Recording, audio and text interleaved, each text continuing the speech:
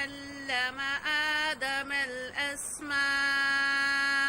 كلها ثم عرضهم على الملائكة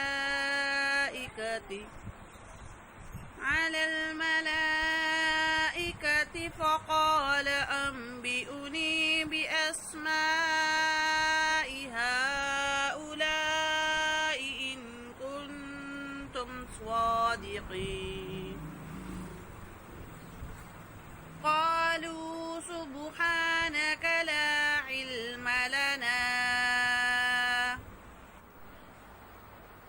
قالوا سبحانك لا علم لنا إلا ما علمتنا إنك أنت العليم الحكيم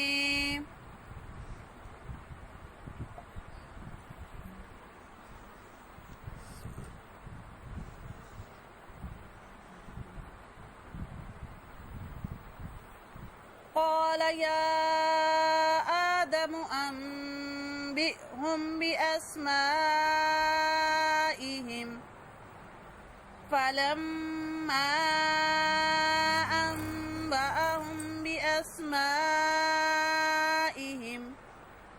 قال ألم أقل لكم إني أعلم غيب السماوات والأرض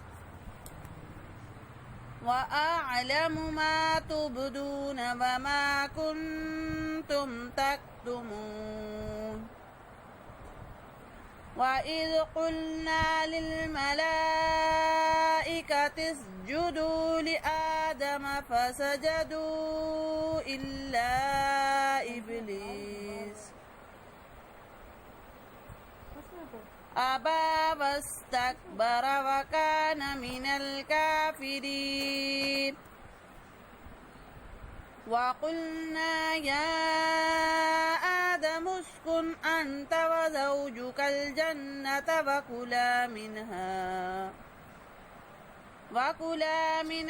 رغدا حيث شئتما ولا تقربا هذه الشجرة فتكونا من الظالمين فأذلهم الشيطان عنها فأخرجهما مما كان فيه وقلنا اهبطوا بعضكم لبعض عدو ولكم في الأرض مستقر ومتاع إلى حين فتلقى آدم من ربه كلمات فتاب عليه إنه هو التواب الرحيم قلنا اهبطوا منها جميعا فإما يأتينكم مني هدى فمن تبع هداي فلا خوف عليهم ولا هم يحزنون والذين كفروا وكذبوا بآياتنا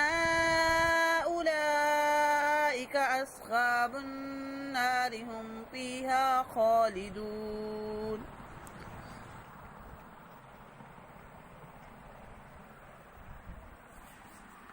جزاك الله خيرا.